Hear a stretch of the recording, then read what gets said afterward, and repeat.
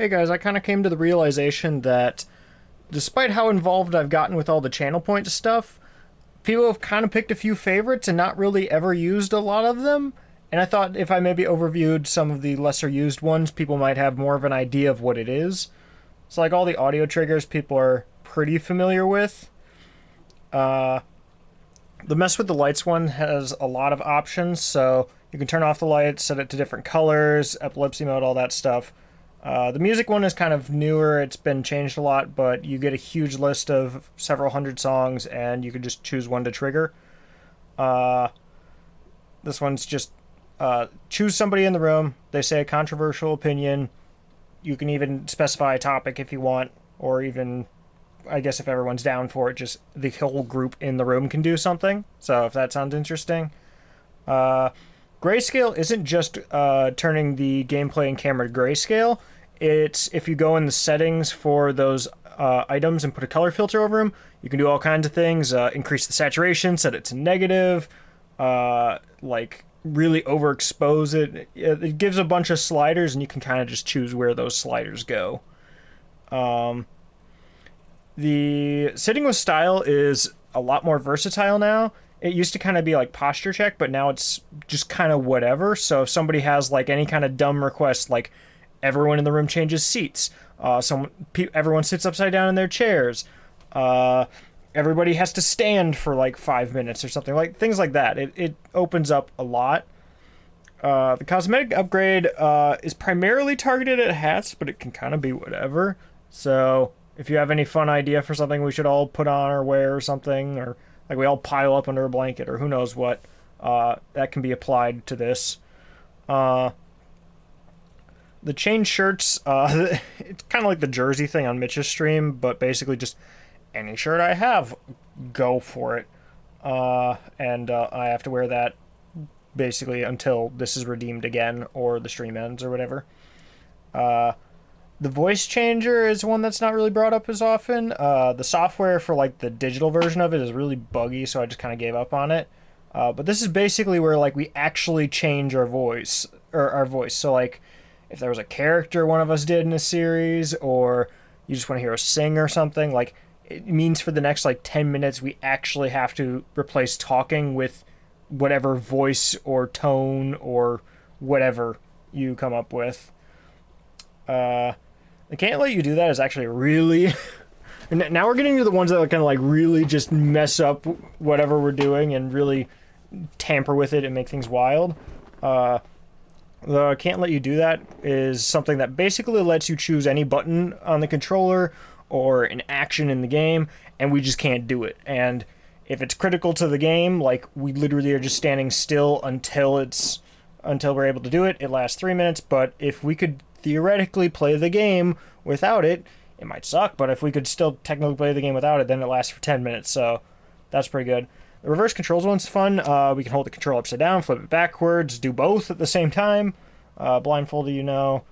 2 players, 1 controller is one that I feel is one of the most underutilized ones. I think it's really funny. It's just one person takes the left side of the controller, one person takes the right side of the controller, and they have to coordinate. It ended up actually working really well for Pikmin, but other times it has been it's been an experience. Agony is just a cheaper way of doing reverse controls and blindfolded together. The Skyrim Special Edition is actually kind of funny. It's if you want to throw like a little D&D type thing into the middle of a stream, and it completely goes in the background. It doesn't impede the game or anything. It's just a little game we're playing on the side, and chat can like throw little hints or requests at it and stuff. So it's fun. The Russian Roulette Fitness, that one's a little weird to explain. Basically, there's a 1 in 6 chance either I do 10 push-ups if I win, but if you win, then I actually like find a good stopping point in the game and swap from playing the game to whatever level is next for me in the story mode of Ring Fit Adventure, which should only be a few minutes to swap over, and then like 10 minutes to do, and then a few minutes to swap back. So it's maybe a 15-minute sidetrack thing, but it's only a 1 in 6 chance of happening.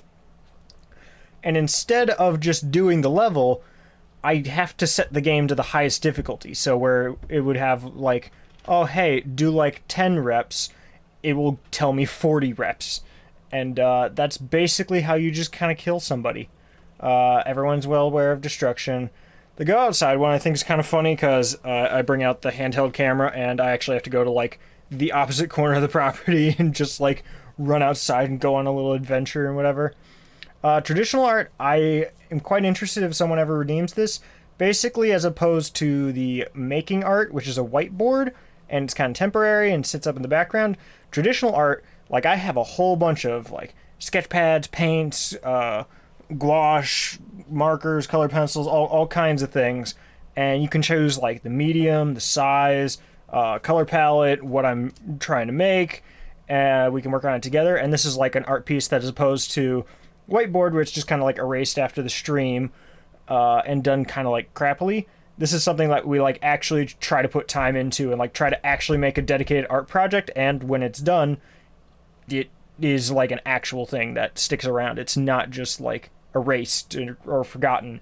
It remains an actual thing. So like you could potentially get it yourself or something if you wanted to like come pick it up, or otherwise we'll just kind of have it here. So it's something that stays going forever. Colossal Duel is basically just challenge somebody in the room to do a boss fight from Shadow of the Colossus. Pretty similar time sync to the 1 in 6 chance of Russian Roulette, but it's Shadow of the Colossus, and you get to choose which of the two versions, or PS2 or PS4 version, because I don't currently have the PS3 version. Mitch is borrowing it. The chess challenge is a very interesting one. So it's chess. Like, you pick two people to play chess. It can be people in chat. It can even be like somebody else streaming. Maybe see if we can change topics. Two people in the room. You can even like challenge somebody who's in the stream to chess right then and there. And what happens with that is whoever loses the chess match has to do a challenge that is decided on by whoever redeemed this.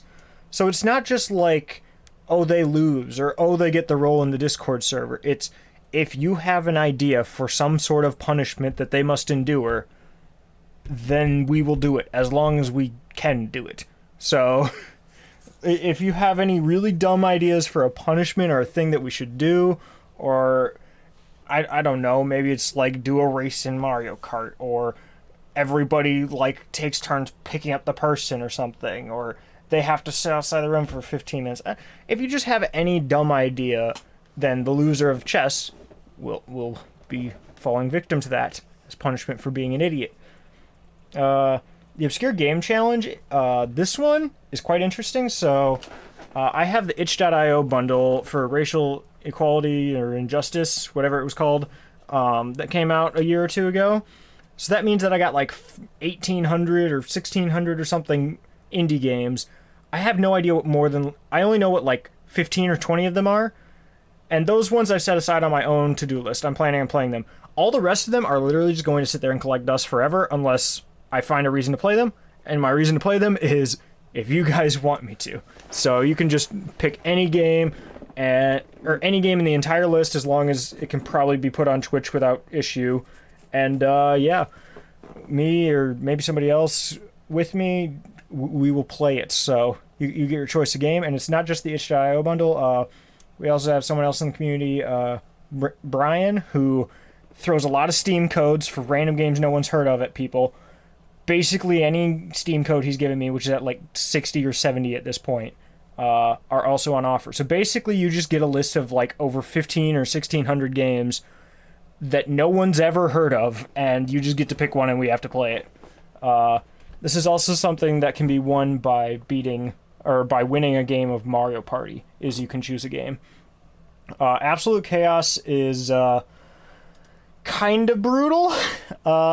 It basically means anybody who redeems the cheapest channel point redemption in the community, or the lucky, or die, I guess either one, it is swapped out for any point redemption up to the value of 2,000. So basically anything up to here, like any of these, basically everyone in chat gets to use one free.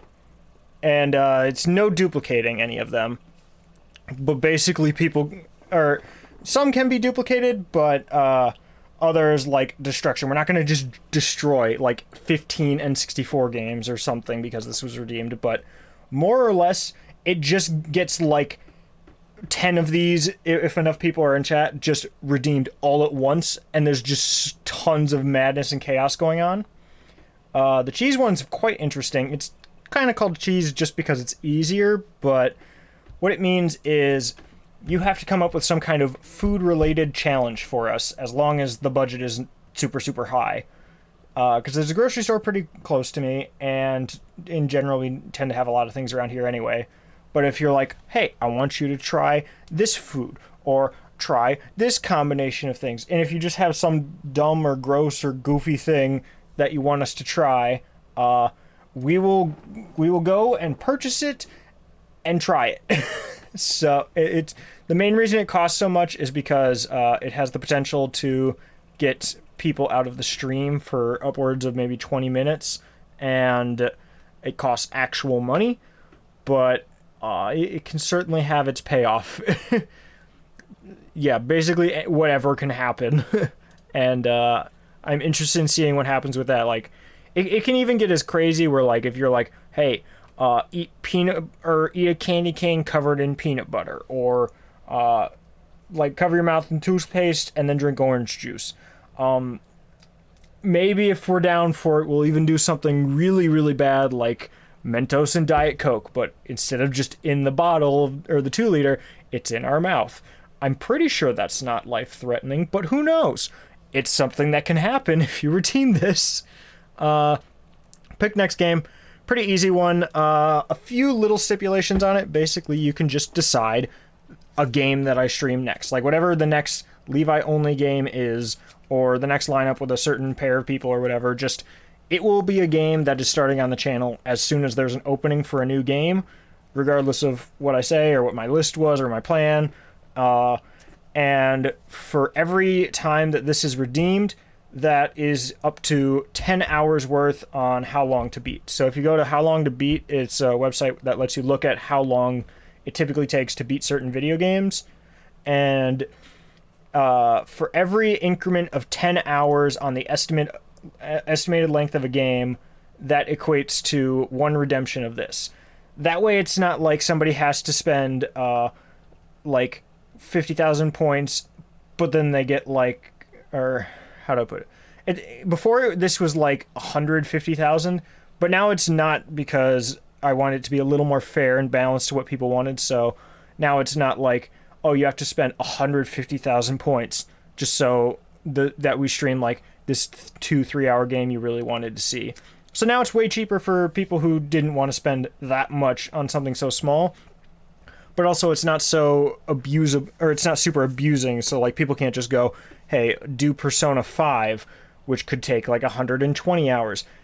That will cost significantly more. So it kind of balances itself out, so it doesn't sidetrack the channel too much, and it kind of lets people save up for just how ambitious they want to get with it. So yeah, that's some of the lesser known channel point redemptions. I just kind of wanted to overview them because I know that like a lot of them are really fun and really interesting, but everyone's kind of stuck on like these like 200 point and cheaper ones and never really looks into or figures out what any of these are. So I wanted to do a bit of an overview just to be sure people are all caught up and know what's what. So hopefully it helps out and makes you more interested in redeeming some more of these.